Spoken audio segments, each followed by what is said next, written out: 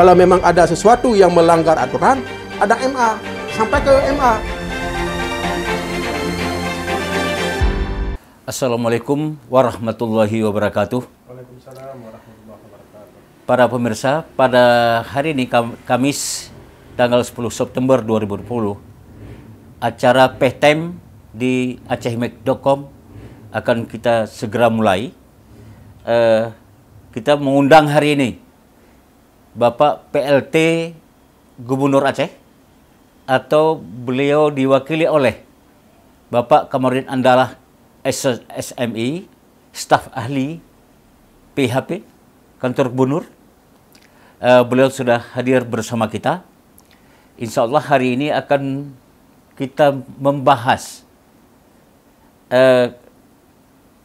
isu-isu yang berkembang secara politis, yang berkembang pada saat ini di Aceh, terutama masalah hubungan antara eksekutif legislatif, ini antara DPR dan dengan pemerintah Aceh. Dalam hal ini adalah PLT Gubernur Aceh, Bapak Insur Haji Nova Iriansyah. Dengan judul kita tadi sudah saya katakan bahwa ini akan kita angkat masalah apa sih yang terjadi, hubungan sehingga menjadi isu begitu kencang sehingga oleh DPRA itu melahirkan gagasan untuk melakukan interpelasi terhadap pemerintah Aceh, dalam ini adalah Bapak PLT Gubernur. Nah, untuk kita awali PTEM kita pada hari ini, sudah hadir di hadapan kita. Sama kita lihat. Selamat datang Pak Kamarudin. Terima kasih. Ya. Ini beliau sudah berhadir dengan kita. Kita mulai saja untuk mempersingkat waktu kita. Pak Kamarudin, ini kan politik akhir-akhir ini nih, terutama bulan-bulan terakhir ini. Ini antara hubungan antara pemerintah Aceh dengan DPR Aceh ini sedikit menghangat ini. Sedikit menghangat. Terutama kalau kita dengar dari DPR, ini semata-mata alasannya karena ketidakhadiran Pak Gubernur. Setiap diundang, bahkan menurut DPR sudah 6 atau 7 kali beliau tidak hadir, sehingga ini membuat kekecewaan. Namun hari ini saya ingin menanyakan kepada Bapak ini, apa sih langkah-langkahnya? Atau apa penyebab pertamanya sehingga ini betul-betul tidak terjadi interpelasi seperti ini? Oke, terima kasih. Terima kasih Pak Teguh Anwar. Terima kasih kepada kru acehmek.com yang sudah mengundang Bapak Gubernur. Dalam hal ini Bapak Sekda menugaskan saya untuk mewakili Bapak PLT Gubernur. Jadi terkait dengan hubungan antara pemerintah Aceh dengan DPRA, kalau di dalam kami yang melihat selaku unsur pemerintah Aceh, ini saya rasa tidak ada suatu yang istilahnya yang terhambat pelaksanaan urusan pemerintahan. Nah, mengapa saya katakan demikian? Karena kami selama ini jajaran pemerintah Aceh bersama dengan DPRA melalui komisi-komisi terus melakukan pembahasan terkait dengan regulasi-regulasi yang dibutuhkan oleh masyarakat. Ataupun regulasi-regulasi yang diperintahkan oleh peraturan perundang-undangan. Ya, sebagai contoh saya katakan saat ini ada beberapa rancangan kanun saat ini yang baik usul dari inisiatif pemerintah Aceh maupun dari inisiatif DPRA. Ini sedang kami bahas bersama-sama dengan komisi-komisi yang ada di DPRA. Agendanya memang sudah teratur. Di antaranya ada kanun-kanun tentang sistem informasi Aceh Terpadu, atau disilahkan dengan rancangan kanun SIAT. Kemudian ada rancangan kanun tentang pendidikan kebencanaan. Kemudian ada rancangan kanun tentang perlindungan dan pemberdayaan petani. Kemudian ada beberapa rancangan kanun lain yang sedang kami bahas antara tim pemerintah Aceh dengan tim ataupun komisi-komisi yang ada di DPRA. Artinya ini pekerjaan antara tupoksi masing-masing di jalan nih? antara komisi dengan DPRA ini jalan terus. Jalan terus sampai dengan nggak ada hambatan, Pak. Tidak ada hambatan. Sampai dengan kemarin sore saya masih di DPRA untuk membahas rancangan-rancangan kanun. Maka yang selama ini memang ada beberapa isu yang dikembangkan oleh teman-teman dari DPRA secara personal. Ini bukan kelembagaan ya. Karena kelembagaan nanti akan dimunculkan di dalam satu keputusan paripurna. Jadi secara personal, kadang-kadang seperti kemarin penyampaian LKPJ gubernur. Ya, itu gubernur kan tidak hadir. Dalam konteks aturan, dalam konteks aturannya, peraturan perundang-undangan yang ada, itu yang dikatakan adalah yang pemerintah, kepala pemerintahan gubernur itu dapat diwakilkan kepada yang lain. Itu tidak ada problem. Tapi sebaiknya, kalau dalam pertanggungjawaban itu itu kan harus gubernur yang hadir, kecuali paripurna biasa. Pertanggungjawaban itu kan pertanggungjawaban gubernur kelembagaan. Bukan pertanggungjawaban personal. Jadi pertanggungjawaban kelembagaan. Semua dokumen-dokumen itu ditandatangani oleh gubernur. Sementara yang lain yang ditugaskan kan hanya sekedar membaca. Kan itu saya rasa tidak ada suatu problem. Dan diizinkan, dan banyak daerah-daerah lain, baik di kabupaten kota maupun di provinsi-provinsi lain, menyangkut dengan itu juga disampaikan oleh yang diwakilkan. Ini persoalannya ada beberapa. Kadang-kadang bukan gubernur sengaja tidak hadir. Karena pada waktu yang bersamaan, jauh sebelumnya sudah mengagendakan acara-acara yang sangat penting yang tidak bisa di reschedule kembali. Seperti tapi kan ini dalam undang-undang ini kan diatur bahwa gubernur setiap pertanggungjawaban, khusus di pertanggungjawabannya, itu harus hadir sendiri di dewan. Tidak disampaikan seperti itu. Di dalam ketentuan yang saya tahu di dalam undang-undang, apakah undang-undang Aceh maupun undang-undang nomor 23 tahun 2014 tentang pemerintahan daerah tidak menyebutkan secara implisit. Tidak secara implisit bahwa gubernur harus hadir secara langsung dalam penyampaian pertanggungjawaban. Tapi semua dokumen-dokumen pertanggungjawaban itu semua harus ditandatangani oleh gubernur. Artinya kalau sudah ditandatangani itu berarti sesuatu itu yang pertanggungjawaban gubernur. Itu sudah ditandatangani. Itu sudah semuanya kan itu sudah legal berarti. Legal. Sudah ditandatangani, itu siapapun, apalagi kan mendengar. Kalau mendengar, kita bukan menyampaikan. Kemudian ada rapat-rapat sebelumnya. Yang saya tahu itu rapat-rapat sebelumnya, seperti ada rapat sudah diagendakan, Pak Gubernur mau hadir, tiba-tiba dari Jakarta, dari Istana Presiden, memberitahukan kepada Gubernur ada rapat dengan Bapak Presiden. Jadi bukan hanya dengan Gubernur Aceh, tapi Gubernur seluruh Indonesia. Jadi artinya Gubernur harus mengutamakan pemanggilan Presiden ketimbang ke DPRA. Karena Presiden itu kepala negara. Apapun ceritanya harus kita kesampingkan tugas-tugas penting strategis lainnya untuk kepentingan Presiden. Karena itu kan namanya adalah penyelenggara. Presiden itu kepala pemerintahan dan kepala negara. Oke, Pak Kamarudin. Anggota DPR, menurut anggota DPR ini, kekecewaan anggota DPR itu, DPRA, itu tidak hanya karena ketidakhadiran.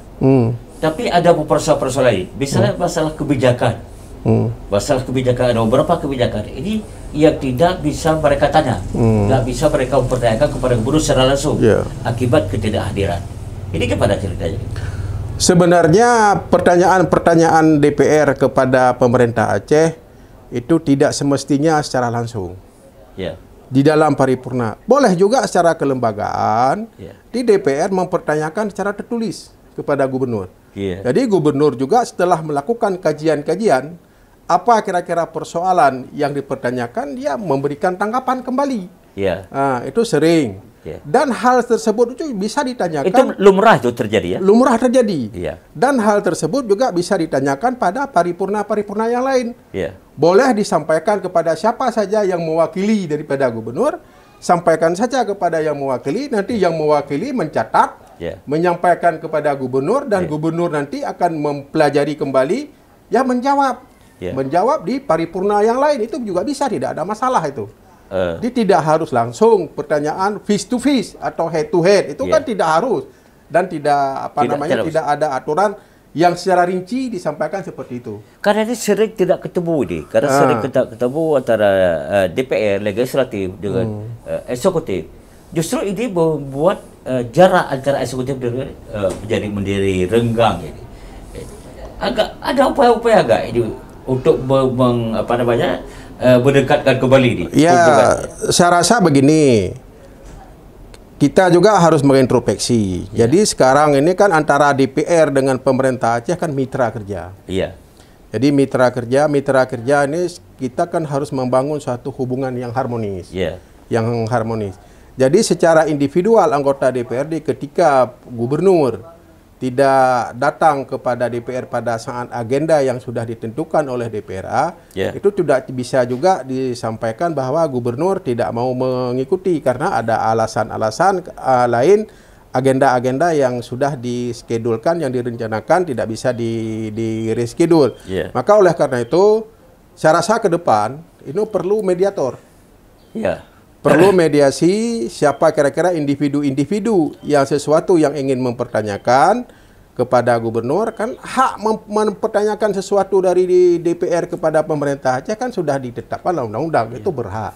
DPR kan berhak mengajukan pendapat, menyampaikan pertanyaan-pertanyaan kepada gubernur, itu hak DPR, yang tidak bisa kita abaikan karena itu sudah diatur di dalam undang-undang. Jangankan DPR, kan rakyat pun bisa. Tapi kan ada hak DPR untuk mendengar langsung gini. Misalnya jadi permasalahan misalnya dana refocusing.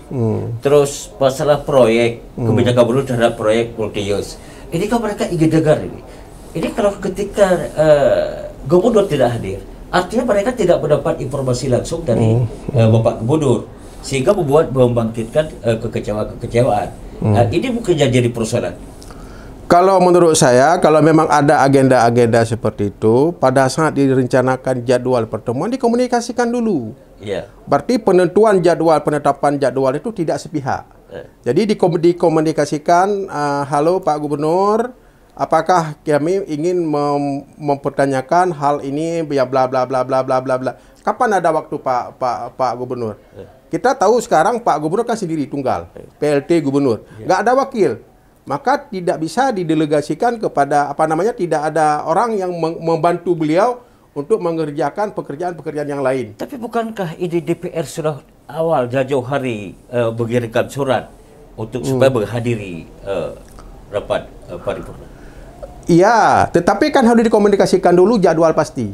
Kapan ada waktu? Dia kirim surat. Dalam jadwalnya kirim surat, jadwalnya setanggal A. Tanggal pulin. Ternyata pada jadwal yang sudah diagendakan oleh DPR, itu pemerintah Aceh ataupun gubernur juga sudah terjadwal. Kalau agenda gubernur, tapi jauh-jauh sebelumnya dibangun komunikasi di sekretariat kan ada, di sekretariat DPRD kan ada sekwan. Jadi sekwan adalah yang menjembatani antara pimpinan DPRA bersama dengan gubernur. Pak, ini ada acara begini. Apakah Bapak ada waktu? Oh, saya tidak bisa waktu. Kalau bisa digeser sampai dengan tanggal sekian. Jadi sekwan menyampaikan kepada pimpinan dewan. Artinya ini sudah berkali-kali seperti itu, Pak Kamarudin. Apakah ini memang seperti itu yang harus dilakukan? Karena buktinya kan sudah berkali-kali nih. Kalau menurut DPR kemarin sampai 8 kali Pak Gubernur menghindar dari saya rasa tidak menghindar. Jadi saya rasa tidak menghindar, sudah beberapa kali. Ada alasan-alasan. Sebagaimana saya sampaikan dulu di awal-awal itu kan sudah diagendakan yang sempat diparipurnakan anggota itu penyampaian LKPJ kalau nggak salah saya di awal-awal sebelum penyampaian hasilnya. Itu kan gubernur kan hadir pada saat itu. Hadir gubernur pada saat itu, banyak yang hadir. Jadi pada periode-periode berikutnya, karena internnya kegiatan-kegiatan yang dilaksanakan oleh Pak Gubernur dalam rangka pandemi COVID-19 ini, memang kadang-kadang siang malam harus bekerja. bekerja, berkoordinasi dengan instansi-instansi yang ada di Aceh maupun dengan instansi di tingkat pusat.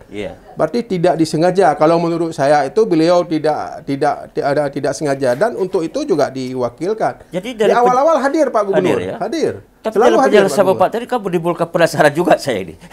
Menimbulkan penasaran begini. Itu setiap pertanggungjawaban 17 Agustus sebelum tanggal 15. Tanggal 15 Agustus. Itu presiden kan wajib hadir untuk mempertanggungjawabkan 1 tahunan ya apa yang sudah dikerjakan. Beliau hadir. Tapi kenapa di daerah seperti kita di Aceh ini di saat pertanggungjawaban semacam itu boleh tidak hadir? Ini gimana ceritanya ini? Kan pertanggungjawaban sebagaimana saya sampaikan. Yang pertama alasannya gubernur kan ada agenda lain. Agenda lain yang tidak bisa diwakilkan karena kalau memang digeser itu diwakilkan karena besoknya Pak Gubernur ada agenda di Jakarta. Kan setelah pelantikan BPKS itu kan berangkat ke Jakarta. Ada agenda aja tidak bisa digeserkan lagi. Ya, sebaiknya kalau memang ada agenda-agenda seperti itu, jadi tidak diambil pada saat deadline yang terakhir oleh DPRA, karena kan penyampaian pansus DPRA itu kepada dalam forum paripurna kan deadline terakhir pada saat itu.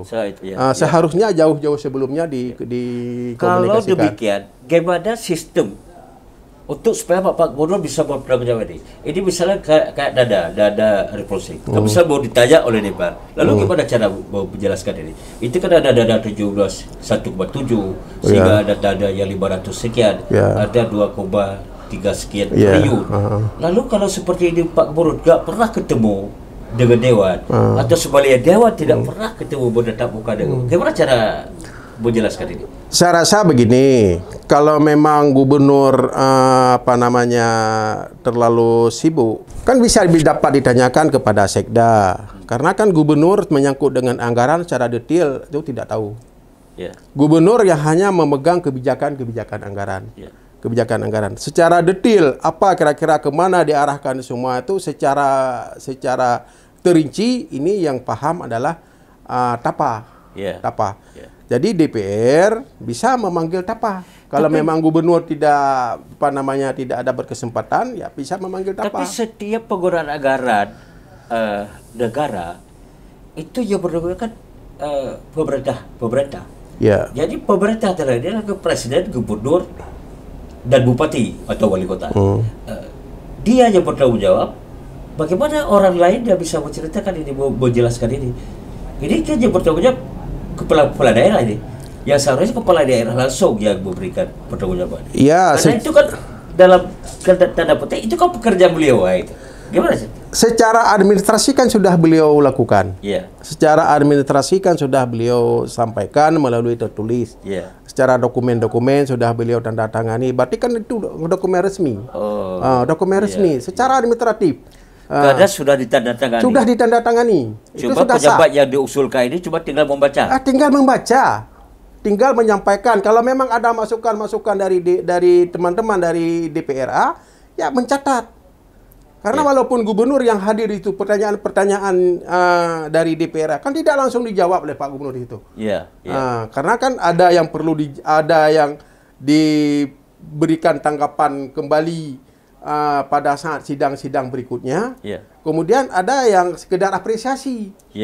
Sekedar apresiasi kepada anggota dewan yang sudah mengingatkan pemerintah Aceh sebagai bentuk pengawasan itu dapat dilakukan seperti itu. Jadi tidak harus. Ini juga kita harus maklum. Kondisi saat ini Pak Gubernur tunggal.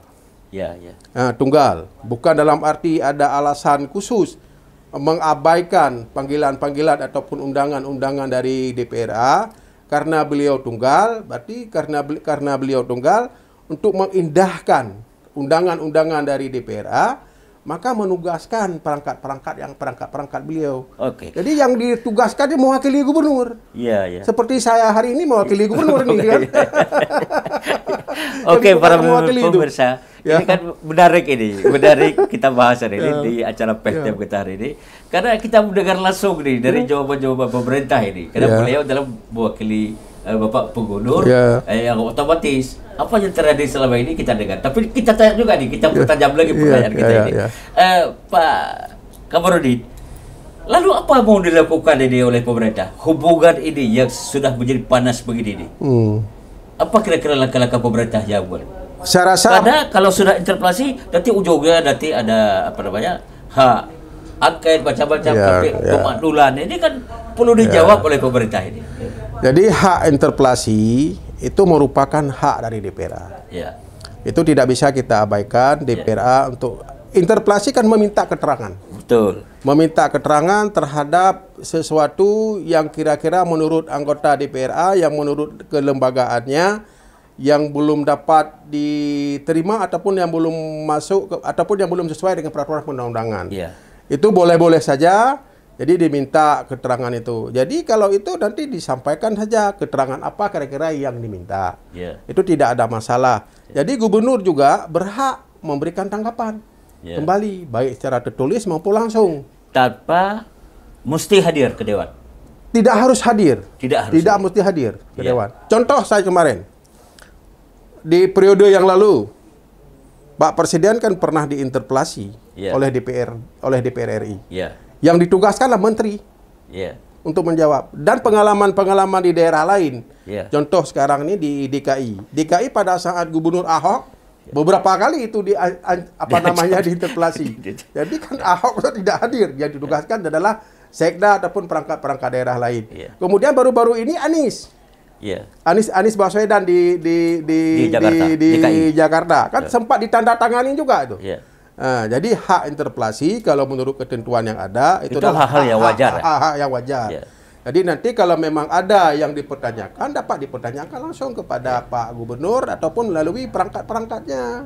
Jadi hak interpelasi ini tidak punya kekuatan kekuatan hukum. Powernya DPR tidak ada ya. Kalau saya melihat hak interpelasi ini prosesnya panjang. Ya. Prosesnya panjang karena interpelasi itu harus memenuhi syarat dan prosedur. Ya. Prosedurnya apa? Prosedurnya harus diusul oleh beberapa anggota DPRA kepada pimpinan DPRA. Kemudian pimpinan DPRA membawa ke dalam Banmus. Kemudian Banmus kalau memang sepakat oleh Banmus baru mengajukan ke dalam paripurna. Kemudian syaratnya apa? Syaratnya harus ada substansinya. Substansi ya. Jadi syaratnya substansi. Apa itu interpelasi? Substansinya kebijakan strategis yang dianggap melanggar dengan peraturan perundang-undangan. Ya, sekarang apa substansi yang dianggap yang melanggar peraturan? Ini nanti kita kaji, nggak ada masalah. Jadi DPR berhak mempertanyakan, meminta keterangan melalui hak interpelasi, tidak ada masalah itu. Tapi nanti akan dijawab oleh pemerintah Aceh. Apa kira-kira kebijakan strategis yang melanggar dengan ketentuan peraturan perundang-undangan?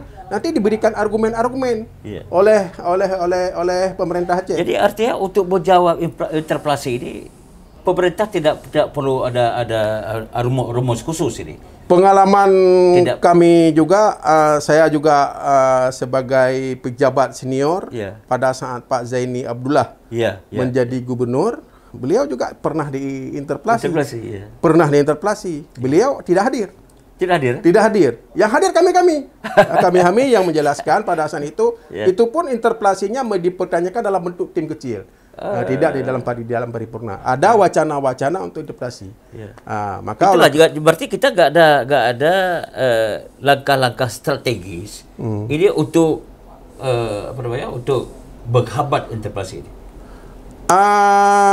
Itu hak dari saya, belum begitu rinci menyangkut dengan penghambatan karena syarat interpelasi itu yang pertama harus ada 3/4 dari anggota DPRA dari jumlah 81, kalau 34 ya 34%, 3/4 berarti sekitar 61 orang.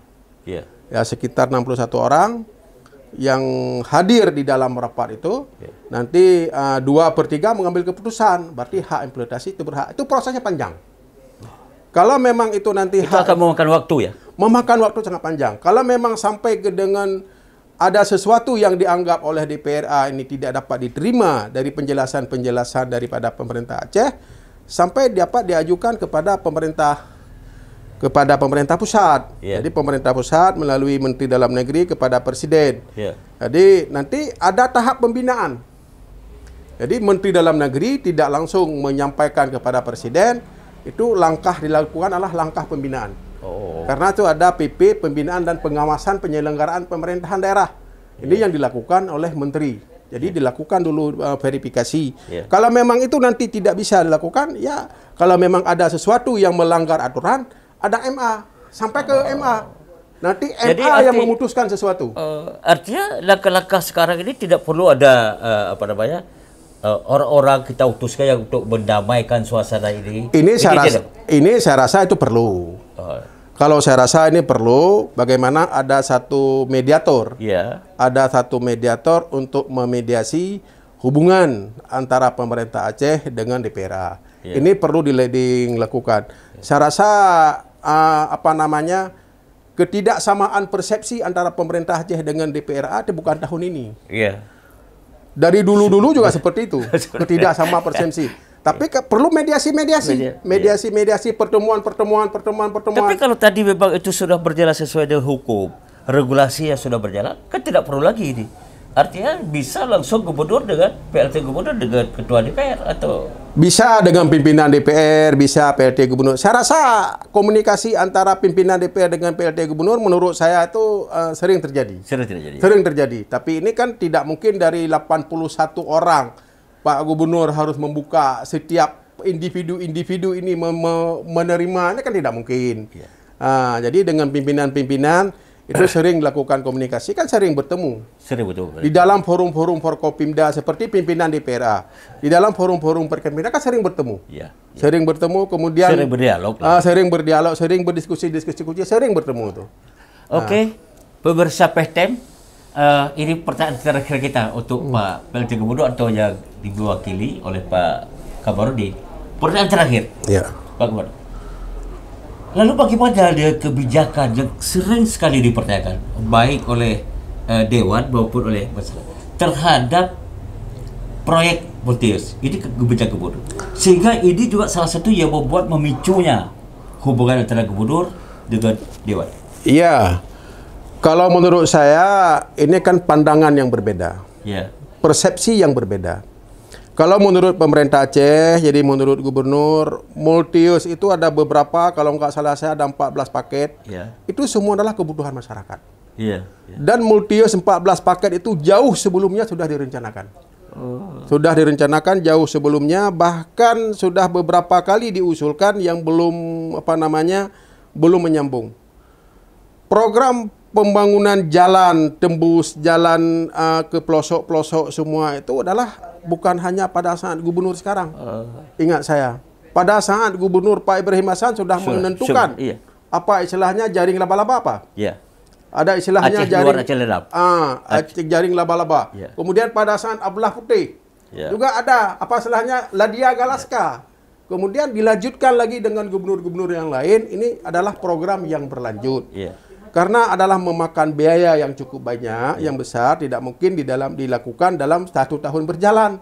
Ini harus dilakukan di dalam beberapa tahun berjalan. Dalam tanda petik, ini bukan proyek untuk memperkaya seseorang. Saya tidak berbicarakan masalah itu. Jadi menyangkut dengan, saya rasa tidak boleh memperkayakan seseorang melalui dana proyek-proyek. Ini kan proyek publik. Jadi tidak ada minat seseorang ini adalah untuk memperkaya diri sendiri. Dan itu haram. Terus terang saya bilang itu haram. Jadi untuk memperkaya individu diri sendiri semua itu haram dan tidak mengarah ke situ. Semua proyek kan dilelang. Semua individu, semua perusahaan bebas diberikan kesempatan yang sama untuk mengikuti. Jadi tidak perlu ada masyarakat ini atau pengusaha-pengusaha kita ini untuk risau dengan kebijakan ini. Nggak perlu saya risau rasa tidak perlu karena tidak perlu. Apalagi proses lelang kita sekarang sudah transparan. Sudah transparan. Tidak hanya transparan melalui perusahaan-perusahaan yang berkompetensi, lelang kita, sistem kita adalah diawasi oleh eksternal, bukan internal. Kalau internal kan dari inspektorat, diawasi oleh eksternal. Kalau dewan itu internal. Internal inspektorat itu kan pengawasan itu, dewan itu internal. Itu eksternal. Siapa eksternal itu? Ada dari BPK, ada dari KPK, itu diawasi. Sistem itu masuk ke dalam ke sana. Kalau sedikit melanggar saja ditegur. Itu yang saya tahu karena saya pernah menjadi asisten 3 dan pernah juga melihat dan pernah menjadi kepala SKPA. Jadi sistem-sistem itu tidak bisa kita ganggu.